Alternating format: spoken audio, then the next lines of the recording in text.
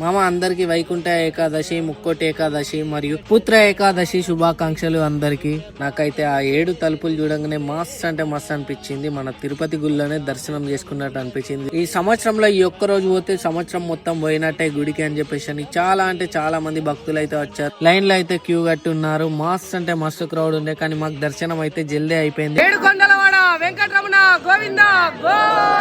ఇక అంతసేపు వెయిట్ చేసి దగ్గరికి రాగానే దేవుణ్ణి చూద్దామన్న ఆతృత అయితే మస్తు ఉంటది. మేమైతే చూసినాం. చూడురి మీరు కూడా, చూడనోళ్ళు అయితే చూసి మొక్కుకోరి. అలా గల్వనోళ్ళు రానోళ్ళు అయితే ఈ వీడియో అయితే చూడురి, మీ దోస్తులకైతే షేర్ చేయరు. శ్రీ వైకుంఠంలో అయితే వెంకటేశ్వర స్వామి అయితే ఉన్నాడు. మస్త్ అంటే మస్తు క్రౌడ్ ఉన్నారు అందరు. అయితే నేనైతే చిన్న వీడియో తీసుకున్నా, అప్పటికి వరుతురు వీడియో తీయద్దని చెప్పేసి.